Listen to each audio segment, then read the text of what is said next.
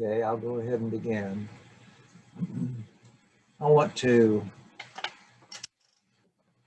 begin my time with you by expressing heartfelt thanks for your giving me the opportunity to discuss with you a subject that's near and dear to my heart and clearly to yours as well. Community-focused sustainable food production initiatives is a subject that is so timely locally and globally and everywhere in between. And I'm just very appreciative that you're giving me the opportunity to spend a few minutes with you this afternoon sharing some of my thoughts. And I want to get your feelings as well. So I'm going to try to complete my formal remarks in time so that we can have some conversation. I can't help but say that when we talk about the subject of community-focused, sustainable food production initiatives, we're talking about you. What you're looking at now is a group of students out at our Lake Wheeler farm where these students grew a crop of rye that has a very special significance globally, and both locally and globally. And these students that you're seeing are now in places all over. This picture was taken several years ago.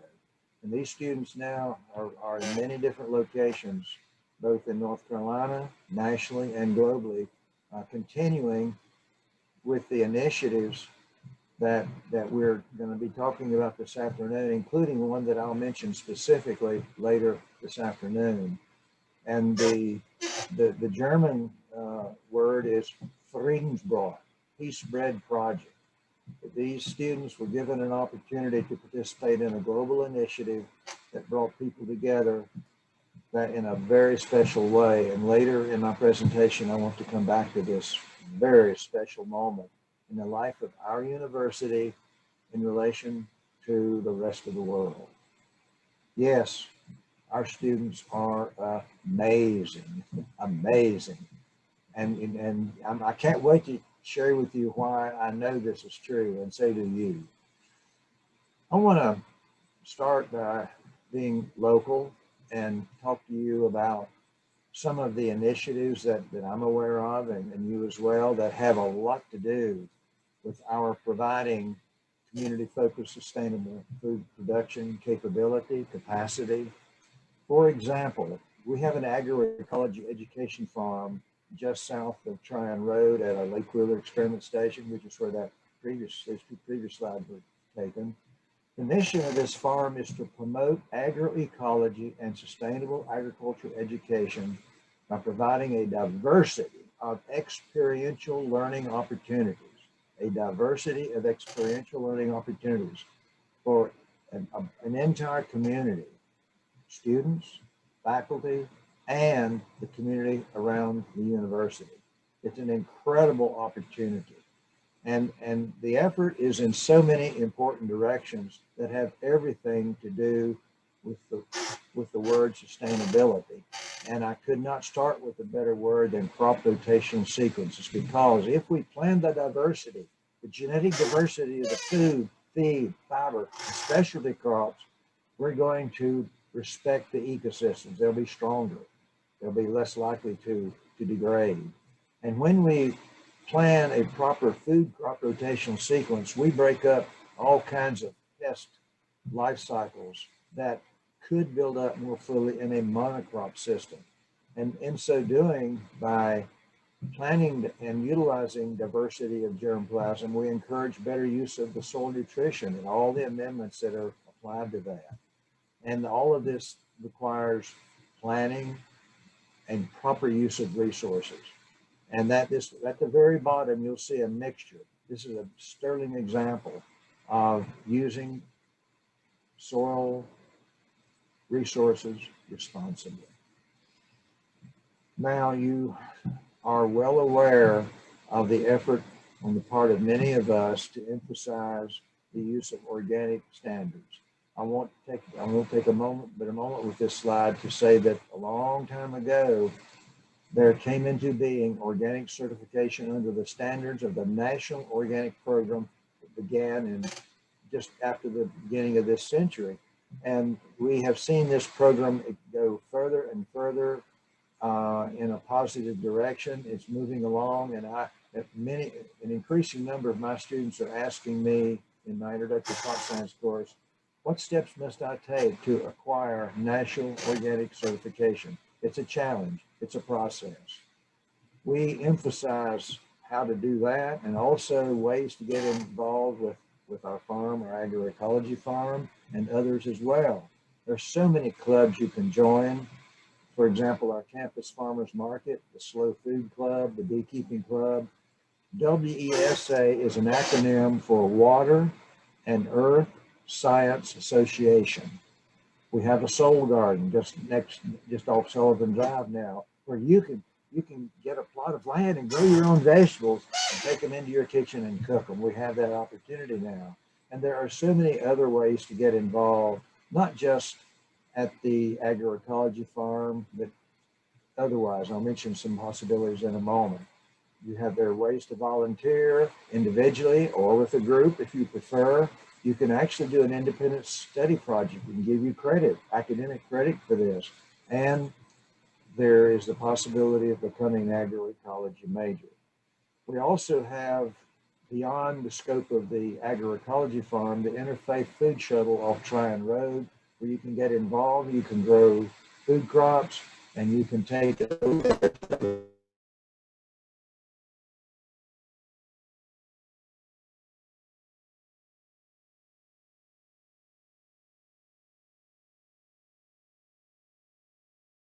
those Habitat for Humanity.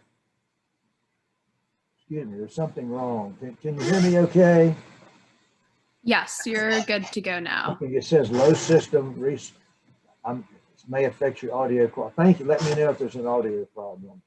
Will do. I was going to mention Habitat for Humanity. I'm going to mention a very special person later. His name is Mike Giancola. Today he's our undergraduate ombuds person.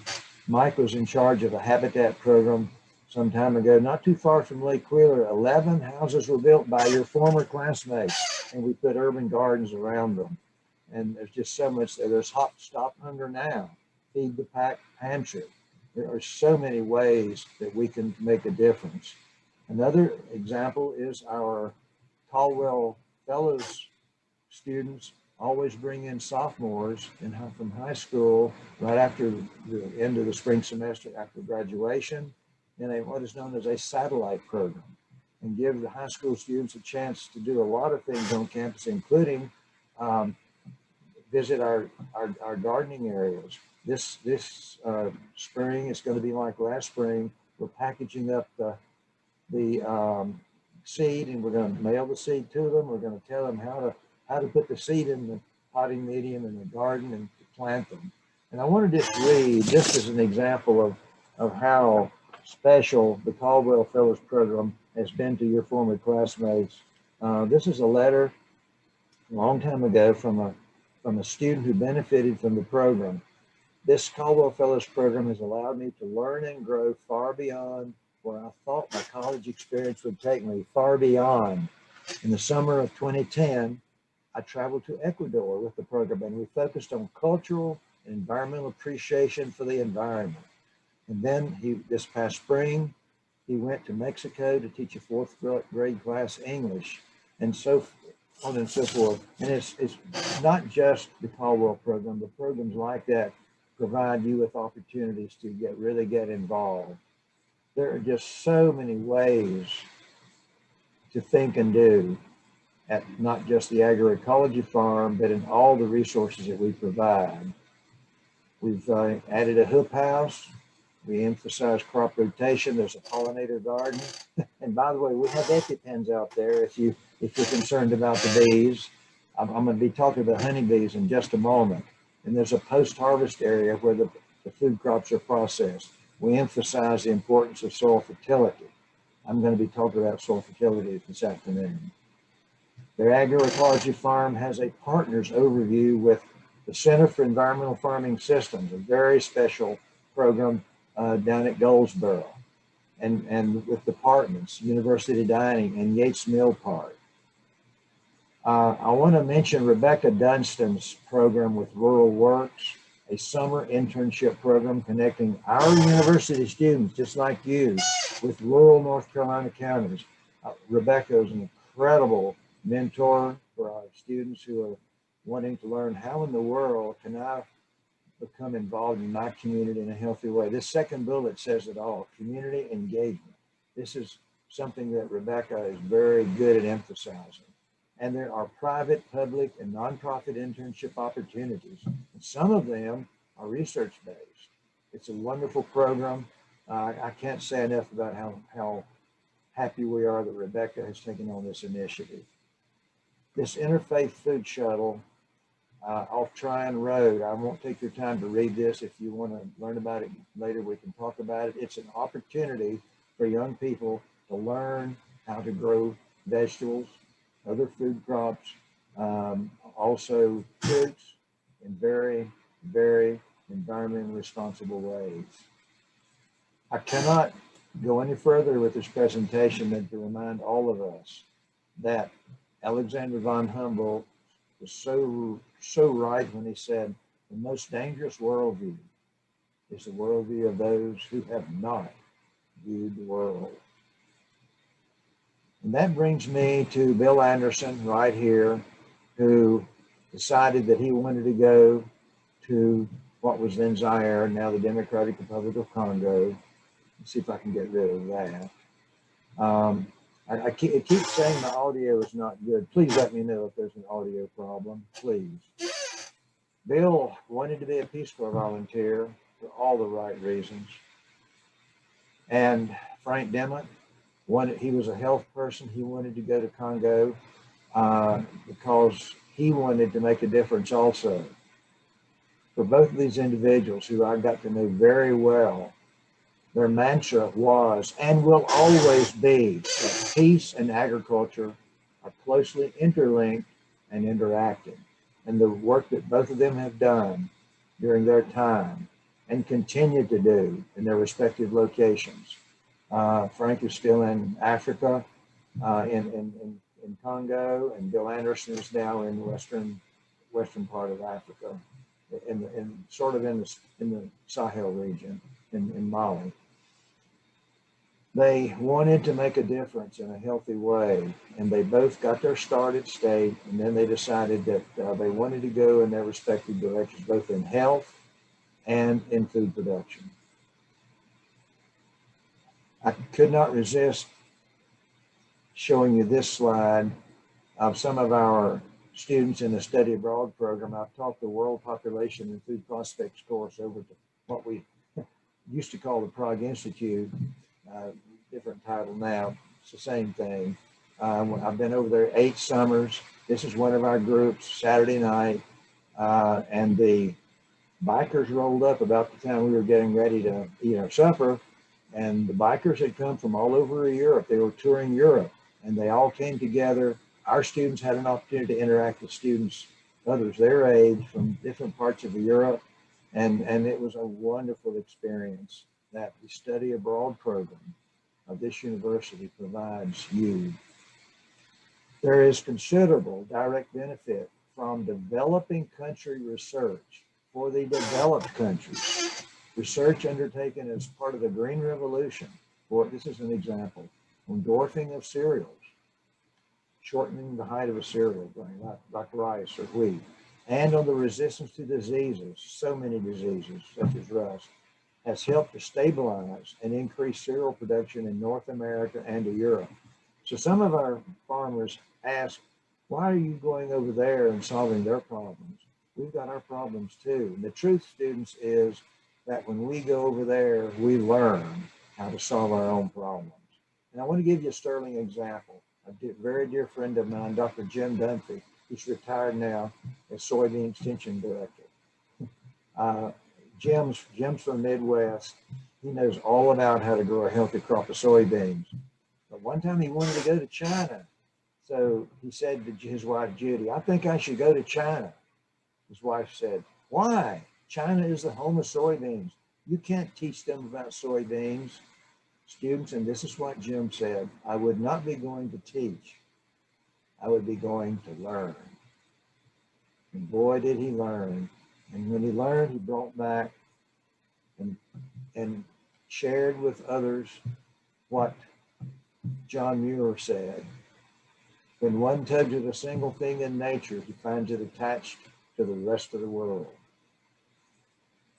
Now, when we go over to the Prague Institute, we take our students to the Bee Institute. It's a very, very special opportunity to find out how in the world are the Europeans addressing this critical problem of decline of pollinators, all the pollinators.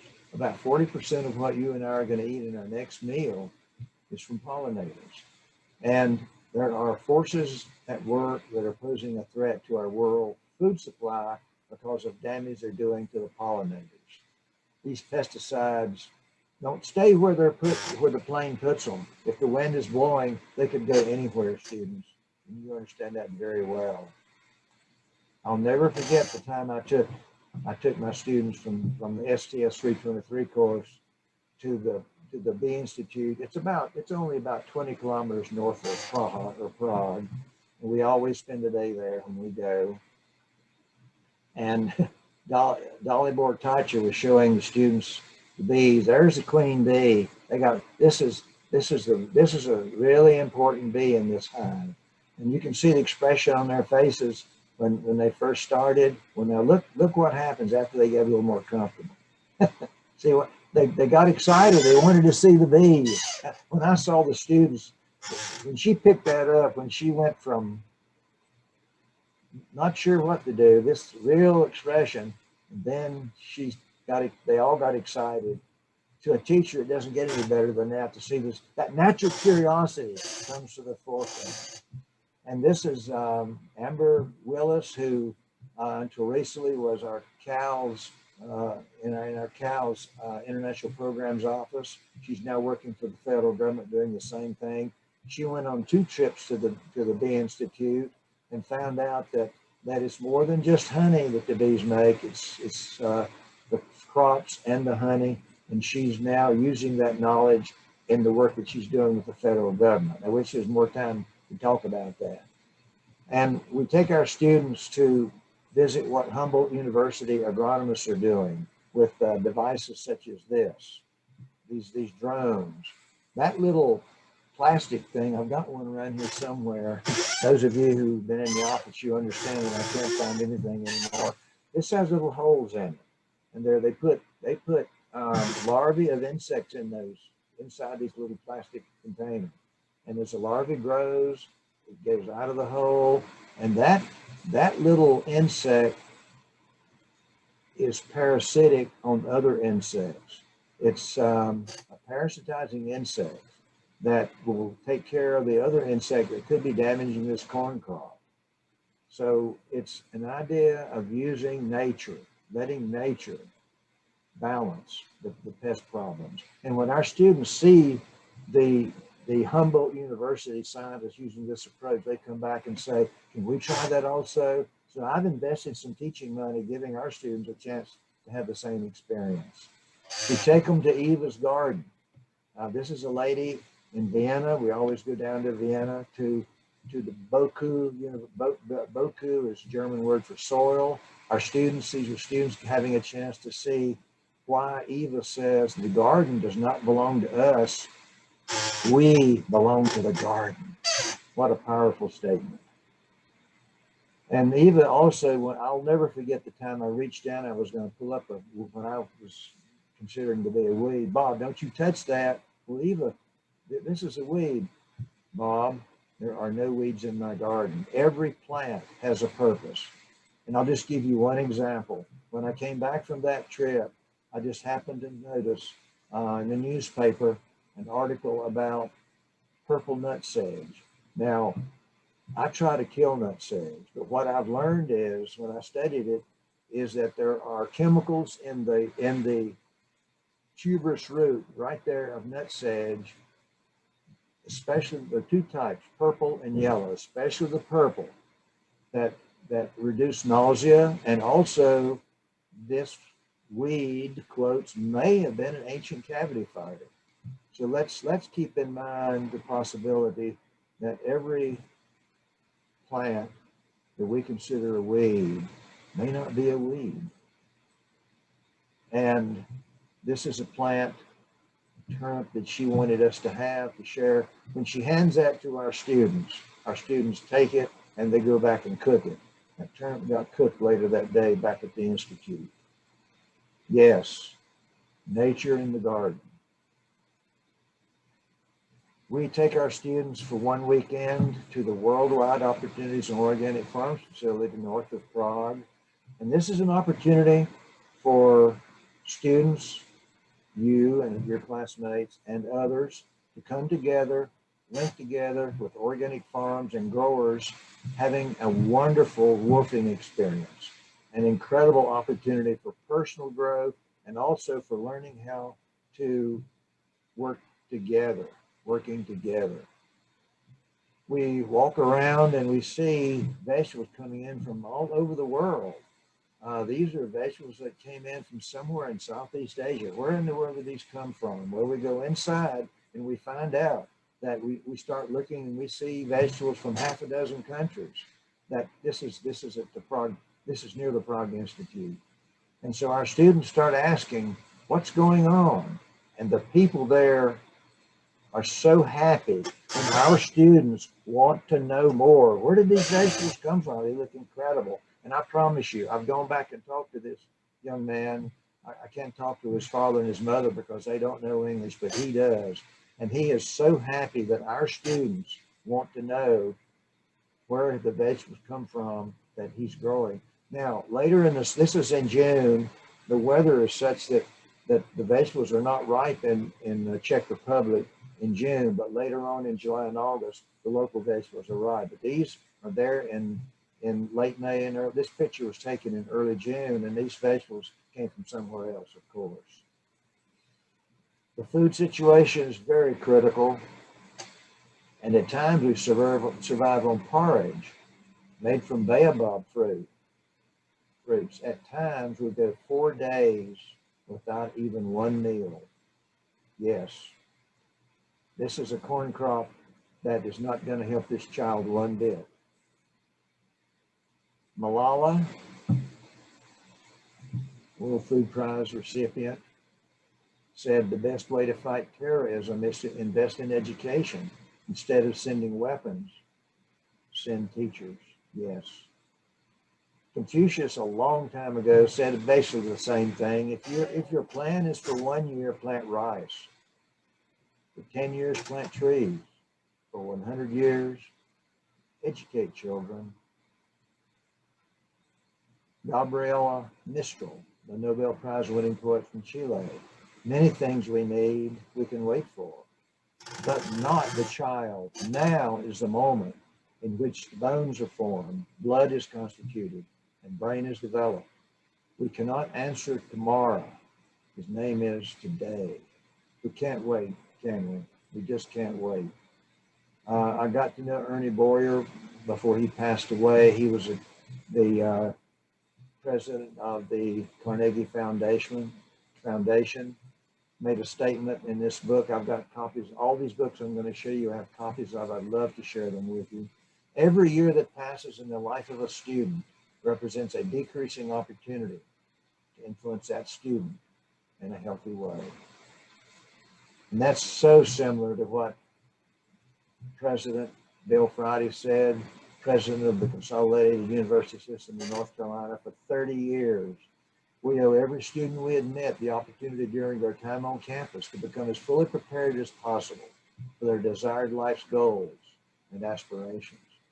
And thank goodness our university is honoring President Friday's statement in so many different ways, thank goodness, including we're trying to figure out how we can help these children, these girls who should be in school with their brothers, but they're pounding the grain while their brothers are in a school somewhere away. But they're doing their share. So how do we help the girls have the same chance that their brothers have? When you travel, you're going to have to make some decisions. So many examples I could give you, just one. I took this picture about a block away from where the Prague Institute used to be. And the question is, do I put money in this man's hat or not? The police got on to me one time when I did that in a different location, saying, Bob, if you do that, that person will not go to where we can help them. By putting money in that hat, you're enabling instead of empowering. So it's a tough question, especially when it's a mother and a little child there, and the child is crying, and it's at night, and the child should be sleeping, but the mother's begging for money. You're going to face that decision someday, students, when you travel. Our university is so fortunate that we have a publication. It's a publication that was a synthesis of a group of chancellors, including Randy Woodson. Several came together with some other people from land-grant universities and prepared a document that I have a copy of this document. I would love to share this with you. Anytime you'd like to read through it, I'll be more than happy to let you use it. It's a document that describes how universities such as ours are addressing this challenge of change through harnessing university discovery, engagement, and learning to achieve global food and nutrition security. It's a very, very encouraging present publication. One example, these sweet potatoes, I took this picture in the back of a pickup truck in eastern North Carolina. I did not take the pictures that I'm going to show you now that were given to me by Dr. Craig Genshow, who is spending a lot more time overseas than he is on our campus. He's in the Department of Horticultural Science. He's a sweet potato and a potato breeder who is doing an incredible job of developing the next generation breeding tools to assist with future crop production issues today. And here's some of the products that he has released. In Uganda, what I've been told, students, is that the lines of children with their hands on the shoulders of the child in front of them, going somewhere because they can't see. Only the child at the front of the line has eyesight good enough to see. I'm told by several people who have been there and have seen this, that those lines are getting shorter because of work of the sort that Craig is doing by releasing improved varieties of food crop that produces beta carotene, the precursor of vitamin A. So critically important for good eyesight. I've shown this picture in my course, and some of you have seen this picture. It's one of the most painful pictures I've ever taken. This mother's bathing her child, and this mother is collecting water to put in this container that will go for the family table. And I'm telling you the truth, students, the water is flowing this way. The question becomes, do I just let that go, or do I say something to someone? I just can't believe that this water that's winding up in this container coming downstream is doing anything other than harming the well-being of the children that are going to drink that water. I have seen soybean crops that do not, these are little nodules. Crop is failing, not enough nodulation. Some of you know very well, this is well nodulated soybean root system. But there are serious problems in some parts of the world. Why in the world are those soybeans not well nodulated? If the nodules are healthy, if they're functional, you don't need to supply any nitrogen fertilizer to this soybean crop that can produce 40% protein, and it's a good balance of dietary essential amino acids. And why in the world did this tree grow up the way it did? Because we gave them the equipment, but we didn't prepare for the eventuality that at some point it would fail. I have these books I would love to share with them. Dambisa Moyo does a beautiful job of explaining why some kinds of AIDS are not working and how there is a much better way for Africa. And that way has to do working with and not for. Morgan and Corbett's The Destruction of a Continent says the same thing in a different way. It's a very hard book to read, just as Demba Samoyo's book is. But once you read this book, you're going to ask yourself now, is it really appropriate for me to give money that way? Maybe I should do something different. Very challenging question. Hubbard and Duggan, economists at Columbia University, have a plan. In the second half of this book, some approach that just might work. I wish there was time to talk about this, but I'll move on. But I will say that if you take the time to read this book, you'll understand that Hubbard and Duggan are saying that if we tweak the Marshall Plan that allowed Europe to recover after the Second World War, if we tweak it in the right way, then this will help Africa. Powerful story. And here's an example. I took this picture when I took students to a place west of Vienna, western part of Austria, dairy farm, and the manure, the urine comes down this way, and the farmer made it very clear that he did not want the products from the dairy to go to his neighbor. In fact, there's a law that says that if you have a dairy or beef cattle or any kind of animal, you got to keep the products on your property.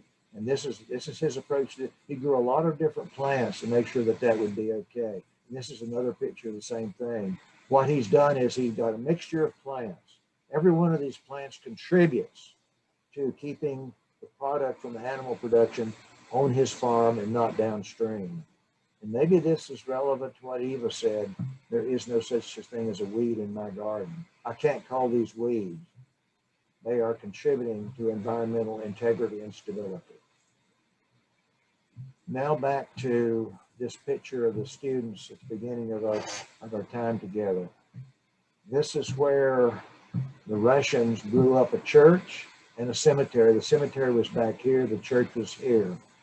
And this is, if you go about 20 minutes walking north from Mitte in Berlin, you come to the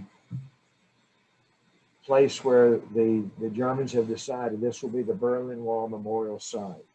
I'm standing up high on Bernauer Strasse taking this picture. This is rye being harvested. Only one crop can be grown at the Berlin Wall Memorial Site, and it's rye. And it's rye because the students, Humboldt University students, had the choice to make this decision. They wanted a crop that would represent stability. And rye, it won't yield as much as wheat, but it's cold tolerant. It can tolerate the vagaries of nature, environmental differences, and they wanted it to be rye. And Frank Elmer, who I want to mention in just a moment, said to me one time, Bob, would your students like to be involved in the Friedensbruck Project? What is this all about, Frank? All the former members of the former German, excuse me, the Russian conglomerate of countries. When they separated and went their special way in 1989, 90, and 91, it was about a 3-year period when all those countries separated. What Humboldt University decided to do was have a Friedensbruck Project, peace bread. A little bit of this rye seed would be given to each of the former countries and the Soviet Union. They would grow their own rye. They would send a sample of their crop back to Humboldt, and Frank Elmer and his friends would blend that rye from all these different former countries into a dough, bake a loaf of bread, and invite representatives of those countries to come together. The first Friedenberg Project, he invited our students. We had students from NC State to go there and participate in the first Friedenberg Project. And what the take-home message is that this table around which everyone sat was round, not rectangular. The point was everybody at this table from all these former Soviet bloc countries would be equal, contributing in an equal way. That's a powerful statement. Now let's come home a moment. This is one of my students, Wayne Nixon, who got real excited when he learned that this person, Herman Warsaw, had set the world corn record. And this is a copy of his thesis. And Wayne dedicated his thesis to the North Carolina farmer. This is Wayne. Can we please visit Mr. Warsaw's farm? Of course we can, Wayne. So we went up. It was in August, and then you can see the corn looks very good. Mr. Warsaw, how in the world did you do this? Mr. Warsaw, the first thing he did was scooped up some soil. I mean, once you start feeling this soil, Steve, you can't stop feeling. It's incredible. It's incredible. And there was an earthworm. Hold on, Herman. I had to get a picture of the earthworm. Then there was a step ladder down. Wayne went down. He looked. He said, there are earthworm castings here. Yes. So he pulled the step ladder away. I got this picture of earthworm casting, and it's about 4 feet deep down there. I'd never seen anything like it. The earthworms are smiling because Mr. Warsaw had respected his soil. And then he showed us the lower leaves. When the lower leaves on a corn crop that's already producing an ear of corn like this, when it's that far along and those lower leaves are still green, that means that the farmer has done something right. I try to incorporate about 1/3 of my corn residue into the soil each fall, and my soil organic matter content continues to rise. He is one of the very few farmers that I have ever known, students, who have been able to increase his organic matter content, his stable. We call it humic matter, Humic, the humic matter content. I try to do right by my soil, knowing that if I do, this will follow. Yes, look at that smile. That farmer can sleep at night. If a farmer that's growing our food, feed, fiber, and specialty crops, if that farmer and family can sleep at night, then we're going to be able to sleep at night. Now, let's go back over there again. This place where the Peace Bread Project was. Oh, every year they go to a different country. They went to Poland the second year, Hungary the third year. They're going to eventually get to all 14 countries. Very sandy soil in northeastern Germany, very poor quality soil, but yet rye can manage it there. And this is the person who made it possible for your former classmates to participate in the first Friedensbrot project. Frank Elmer, I had no idea that he was doing the same kind of research. These are soil fields. Which crop residue, soil from different fields, which crop residue supports earthworm populations in the healthiest way? They were trying different approaches. Which crop? They grew many crops. This is just an example of the experiments. He had many experiments. Will promote healthiest earthworms. Which soil properties provide the healthiest? And this is an earthworm path. And if this path is down here, that means that water and oxygen can get all the way down here and support aerobic respiration of the roots down here. You've got a healthy soil because of the earthworms that far down. And the earthworms are there because of the health of the soil. If you get off the S-Bahn or the U-Bahn in Berlin, you'll oftentimes see this statement. I took this picture at, let's see, it was Friedrichstrasse station in Mitte. The future of Europe lies in Africa. The Europeans know that they can't grow all their own food. And that is why I was so thankful that Bill Anderson wanted to help the local farmers grow a better crop of soybeans. This is soy flour mixed in with bedia, B-E-D-I-A. The white part is a mixture of corn and cassava, very low in protein. But that soy flour is very rich in the dietary essential amino acids, 6 or 7, depending on whether we're an infant or an adult. There was a problem. The children wouldn't eat this mixture because it didn't taste right. But when we added sugar, the children loved it.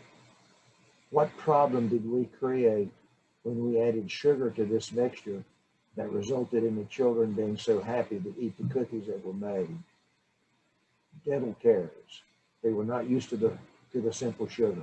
So we created a problem unintentionally. Be careful about the unintended consequences of all that you do, students. Please find time to read Gary Nobhan's Where Our Food Comes From. I have a copy I would love to share with you. Back in the mid-1800s, Chief Seattle went to Washington and begged our government to be careful about cutting down all the trees out in his area. His name was Sealth, Seattle, and that's where the Seattle, Washington came from. How can one sell the air the way we do? I want to bring closure to my time going back to Germany again. I can't resist. There's a Terror Institute.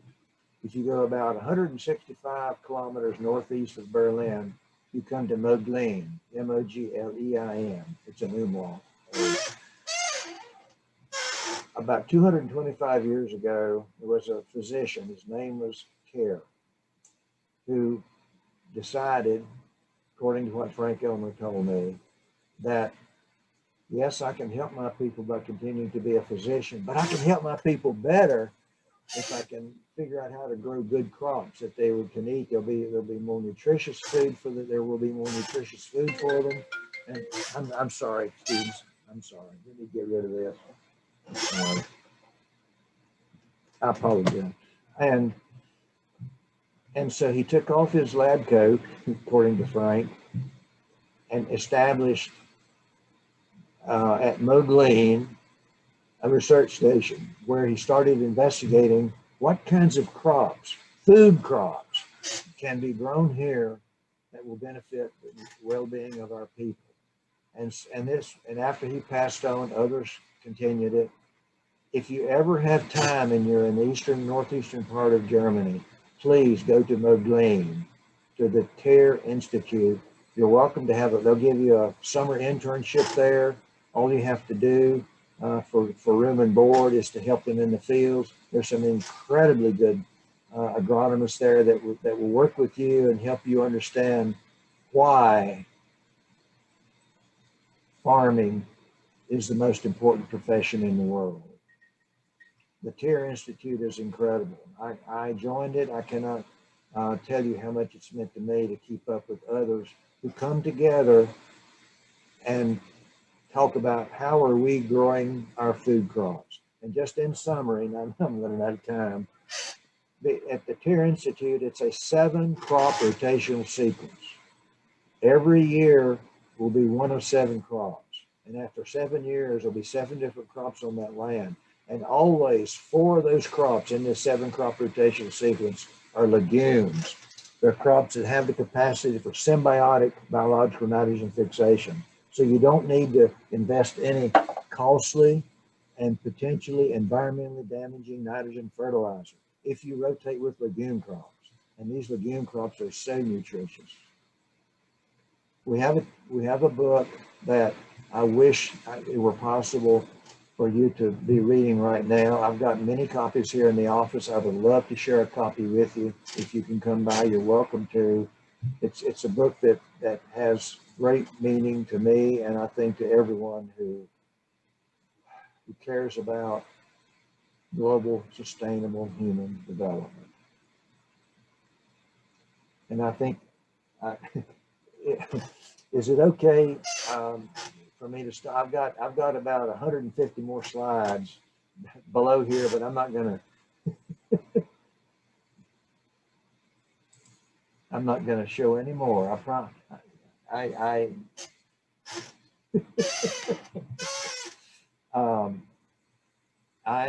cannot overstate the value of going around that next corner that you haven't been around yet, finding out what's there, and also finding out how capable you are of managing whatever comes your way. That's one of the greatest benefits of having an international experience. You get to find out what you're capable of doing, and you look back and say, gosh, I did that. I'll never forget the night over in Zaire. I was in a mud hut. I wanted to spend a week out in the bush, and just something slid over my leg. You can't see anything at night. And I had flashlight wasn't working. And the next morning, Tom Wayman, he said, Bob, you said something slid. Yeah, what was it? Well, I don't know, but it must not have been a mamba. Because if it had been a mamba and it had bitten you, you'd have 10 seconds to make out your will. So what you do is you learn what you're capable of doing. So let's have a conversation sometime. And the only requirement is if you come into this office, you're not allowed to look at the top of my desk. But you just so. And these books, we have books. These are your books. These books were purchased with money that you invested in your education. These are your books, students. Give yourself a chance to think and do, and let me know if there's any way I can help you. I will be more than happy. I'll support you any way that you think just might be in your best interest. Okay, I'm gonna be quiet now. Miranda, I've overdone it, I know. We've only got 10 minutes. Well, I mean, I think I can say on behalf of everyone here that that was a really awesome and very informative presentation, Dr. Patterson. So thank you so much. Thank you, Miranda. Yes. You give me the chance to share the way you have. You could not give me a greater gift than to give me the opportunity to interact with all of you this afternoon, and I mean that sincerely.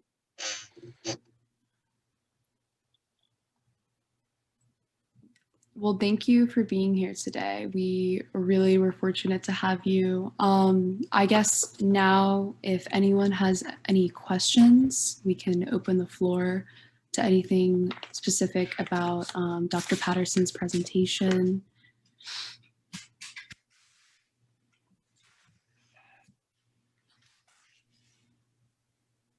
I might be stumbling around with this question, but Dr. Patterson, you seem like such an accomplished person, and and Don't give me any credit, don't you dare.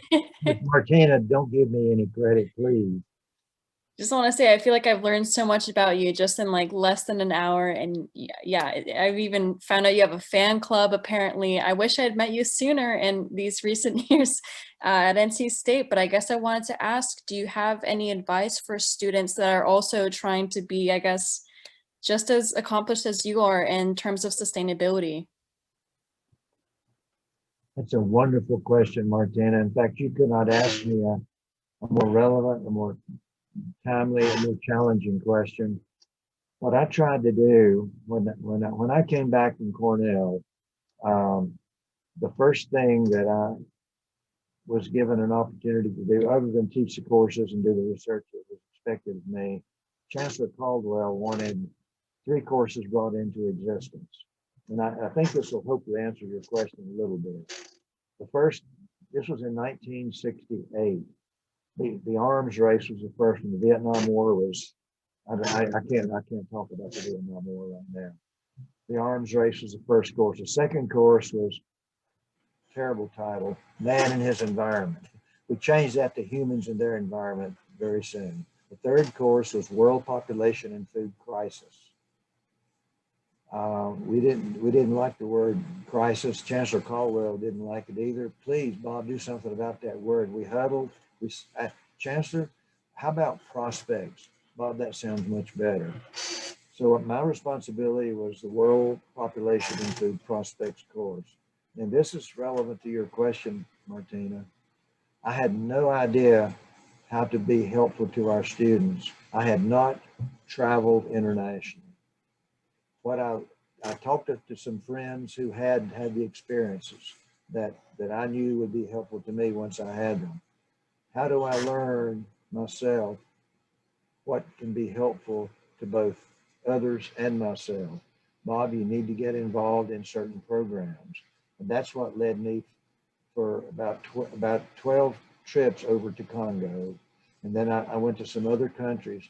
And the way I want to answer your question is this: if you think you want to go in a certain direction, find someone that you think has traveled that journey, has followed that path, and ask them how they feel about the decisions that they made that gave them the opportunity to do what they feel they wanted and needed to do. Talk to someone who has traveled the journey that you have already traveled. When I'm advising a student who's getting ready to take a job, the first thing I say is, please go find someone who's already been doing that work, find out how they like it. What is it about that opportunity that you think is an opportunity that they like, and what are the problems? Is there something that you should be doing that you haven't done yet to prepare yourself for it? So I think the way I want to answer your question for the moment is, find someone who's traveled the path that you think might be right for you, and find out, it has to be someone you trust. This is about trust and building healthy relationships.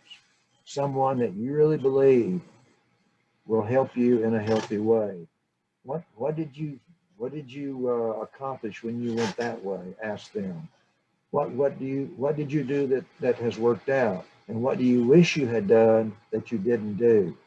If this is a person that really cares about helping you, she or he will tell you the truth. And it's critically important that when you ask these questions, that you get truthful responses. Does that help? Does that help? No, that's an amazing point.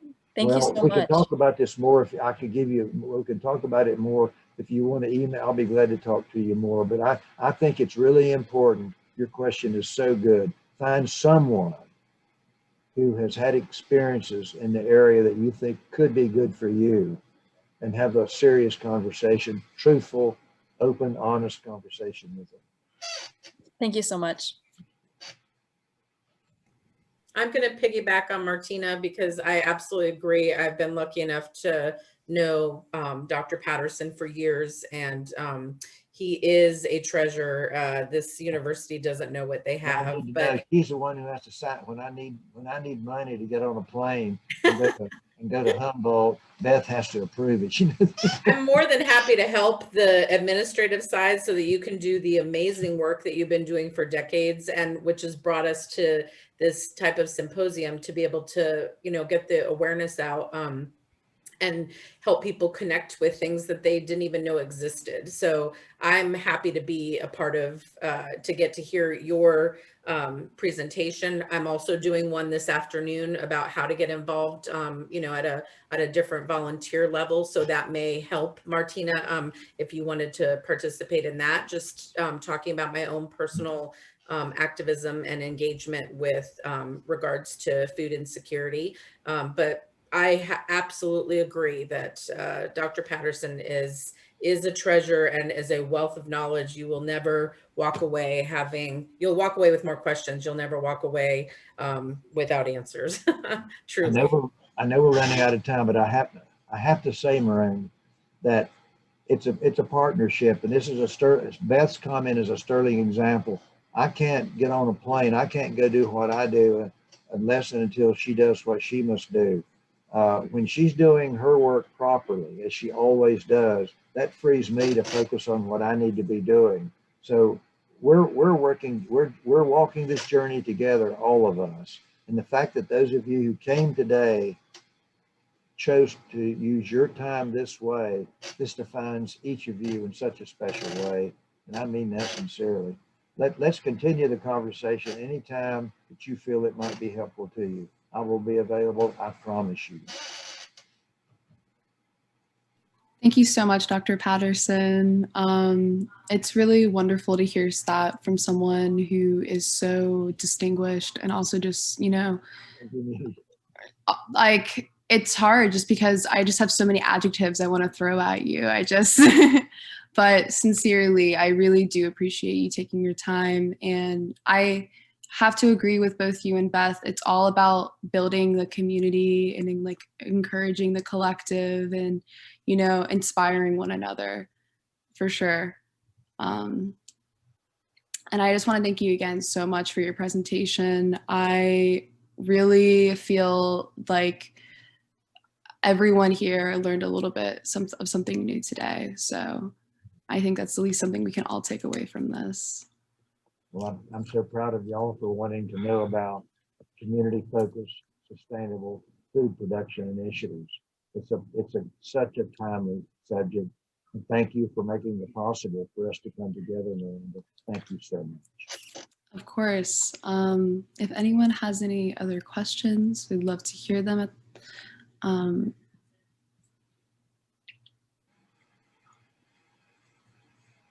Just don't forget, these soybean nodules are so important. They are critically important. Let's keep them healthy, and then the bacteria will smile, the soybeans will smile, and the children who are enjoying the protein from the product will be happy and healthy, and will have hope for their future. I think that's a great takeaway. Well, thank you again so much for your time, and I look forward to seeing you in class, Dr. Patterson. And I just want to say thank you to everyone who's able to make it today. We have a few more sessions coming up later, so don't miss out. Well, if no one has any other questions, I think we can go ahead and conclude this. Thank you so much. Thanks a lot. Bye-bye. Bye. Bye-bye. Bye-bye. Take care, Beth and Amanda.